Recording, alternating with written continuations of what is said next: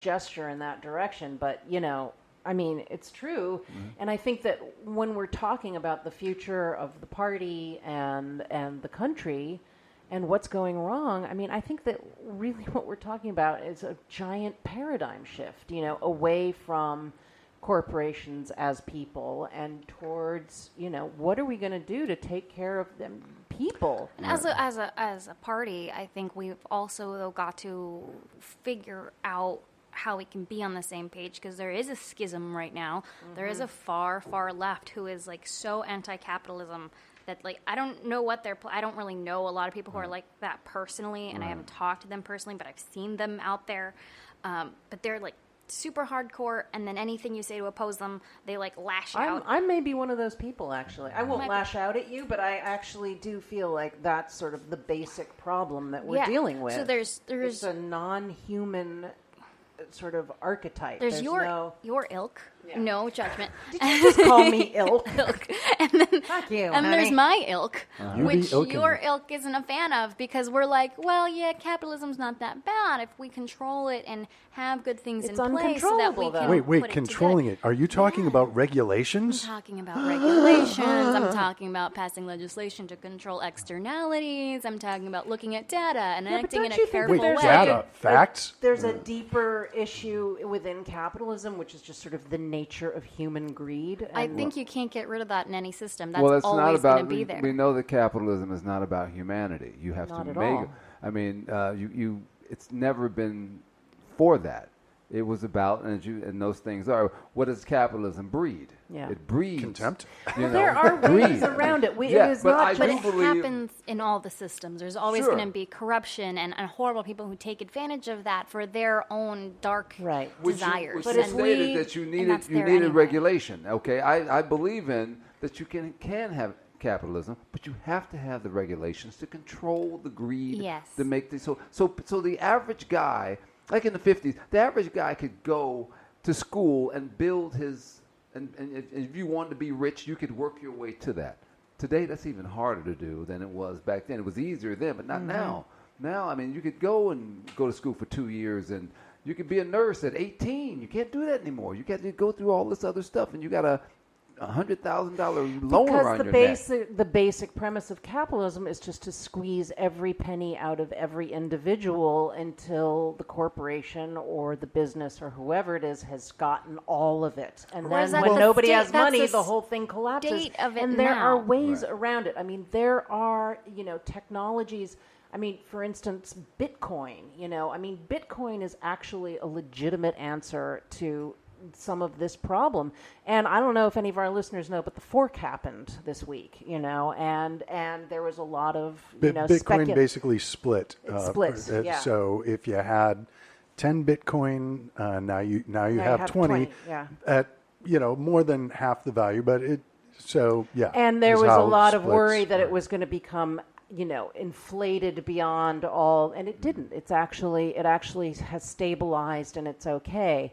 And, Bitcoin is actually a practical economic model, a solution to currency, where it's not based within, specific... The current banking system. What's interesting to me is that mindset, that what you just described is actually more of like a libertarian solution, even though you would describe yourself as far left.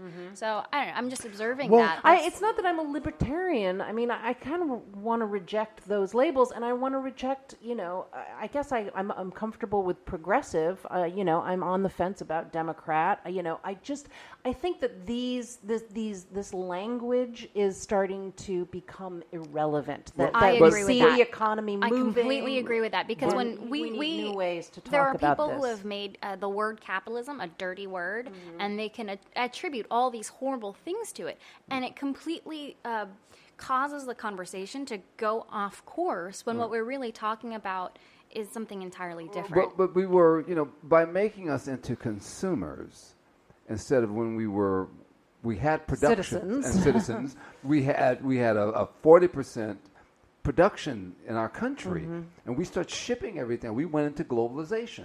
Now, globalization could be good if everybody is progressing in that globalization. Everybody, we didn't retrain our people and make them better. So when the change was coming, that all this new technology that you're talking about, we could be on top of that. Other countries were beating us at the game, even though they were poorer countries. We're dinosaurs now. They're coming over here and they're kicking our ass because why? They're already in college. They've adapted. Yeah, they've adapted. They're coming over and they've already proven that a foreigner is coming over, starting a business quicker than the person who's already living here. Also, I mean, not to beat the drum again, but, we have come to the end of the fossil fuel age. It is just a fact. And all of these other technologies are coming up. And this country and the Republicans, especially, who are so deeply invested in those economic structures because they've done so well with them, are like hanging on to it. It's easy to invest well when you're the one who's steering the system. They're hanging on to it tooth and claw, and they can't, they are not even allowing a conversation to develop and, about alternative energy sources, et cetera, et cetera. France said by 2030, done with oil. Yeah, China, for God's sake. Nicaragua, too. Yeah, they're done. China. Well, it's the UK, I think, by 2040, they're getting rid of petrol and diesel-fueled cars. We could have gotten rid of this years ago. Mm-hmm. But people, the guys over Standard Oil and all them knew that alcohol burned cleaner. Yeah. We never would have had this, but they were like, we were so already invested. I mean, that's why we had Prohibition. They got Prohibition because they didn't want alcohol to actually, be in control of things because it burns so much cleaner. We're seeing that currently, and it's race cars have ran on alcohol for years. And racing, racing cars and a number of race car drivers also. Yeah. Yeah. But I think where we're seeing that currently, and we've been seeing it over the past at least 10 years with hemp. Marijuana is bad. Like Jeff Sessions said, no good people smoke marijuana. Yeah, right. Although most of the good people I know do. But they talk about industrial hemp and how much better that is for the environment, how many uses it has. But because of these anti-drug whack jobs, they have equated hemp with marijuana. Yeah. So they're able to spin that, and I think the big takeaway from a lot of the conversation today is that there are a multitude of systems, be it libertarianism, be it capitalism, be it liberalism, what have you. And there are good things to be found in all of these systems. It's when they start going into the extremes. Yeah, I'm not actually criticizing the system necessarily. I'm just saying, we've reached the logical end. We do not have infinite resources on the planet with which to propel this system because it's designed to consume resources and then throw them away. Well, and we have developed better solutions over the years, be it better. Be it fuel. Yes. We were talking about Stephen Miller jumping down Jim Acosta's throat earlier when he said, that Emma Lazarus poem, that wasn't part of the Statue of Liberty originally. Yeah. No, but it was added. Things can get better if we let them, or things can completely backslide and go to shit if we do things like elect people like Trump. You look at your homeless situation, and it is growing astronomical. The average person cannot afford an apartment. They can't get. You say, well, why do they have all this? Well, you're allowing shacks that you're selling them for millions of dollars that aren't worth, and the average American cannot go and buy a home. You're making $70,000 a year, and you can't buy a medium-priced home. Even with two people, you can't get a house. I mean, come on, you can't see there's something wrong with this system that you need to fix it. Yes, there needs to be regulation because there are certain people who you're screwing. You're screwing the middle class. Is there a middle class anymore? No, I don't think not so. Really. I think it's well, and we talk about regulation. Kat, you were talking before the show about people on the right who want to get rid of the FDA. Yeah, well, they want to get rid of ultimately all of the any regulatory, which is all the regulatory stuff. This is what keeps poison mostly out of our medications. Yeah. I was talking to someone earlier this week about how I would love to examine the world of antidepressants, but it happens that every antidepressant I've seen advertised seems to potentially increase the risk of suicide, which, that doesn't seem like something you would give to a depressed person. It seems like a bad idea in my mind. And I'm not a medical doctor, but, I'm savvy enough to be a doctor. $20 is $20. But yeah, I mean, there are things you have to understand. Yeah, some regulation is bad, but a lot of regulations aren't. They're there for a reason. Yeah. Humans, by and large, we're the worst people I know. I don't know any non-humans that I would qualify as people, so I can't really bring them in. And yet we know they live among us. The lizard people. But... one of them is press secretary. The fact of the matter is there are things that are only as bad as we let them be, whether they're regulations, whether they're guns, whether they're Republicans. And so as thinking, feeling human beings who want to see things get better, we have to exert better self-control over the use of these things. Mm-hmm. And realize when they are good and when they are not. And if they are good, figure out how to make them better. I was saying the poem on the Statue of Liberty. Statue of Liberty, beacon of light to the world. Great. Hey, why don't we add something to it to let people, why don't we put a welcome mat out there? Hey, that's a nice idea. Let's do that. You can do things that improve. People like to... People on the right like to demonize Planned Parenthood because the founder, had some nice things to say about eugenics. Yeah. Well, taking down all of Planned Parenthood because of that is like saying Nazis are all right because I hear Hitler liked puppies. And hey, who doesn't like puppies? So if you like puppies, really, you should give this whole Nazi thing a shot. Well, not really good for Jews, gypsies, Catholics. Yeah, but puppies.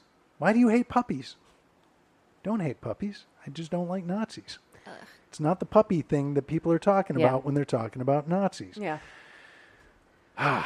These are the people who have never needed a pap smear in their entire lives and will never get cervical cancer. Sorry. Well, that is not what Planned Parenthood is. So just by having lady parts makes you an expert on having lady parts? Oh, wait, yeah. Yeah, it kind of does. Well, if not an expert... Well, it does let you know, it gives you more insight to the world of having them. Good thing Ari isn't here. Yeah, well, I like to say things about Planned Parenthood every once in a while on the off chance. Ari David, a wonderful human being when he's not being horrible. I miss that motherfucker. Yeah, no, I mean, the thing is, I disagreed with, I would say, a good 80%. I'll give him the benefit, but the thing is, he was funny as shit, though. Yeah, he is funny, and a lot of his points are well-reasoned. He does know a lot of facts. He does the research. It's just how he puts it together to come to horrible, horrible conclusions. Yes. Speaking of horrible conclusions, does bring us to the end of this week's show. Nice segue. I try and work them in where I can.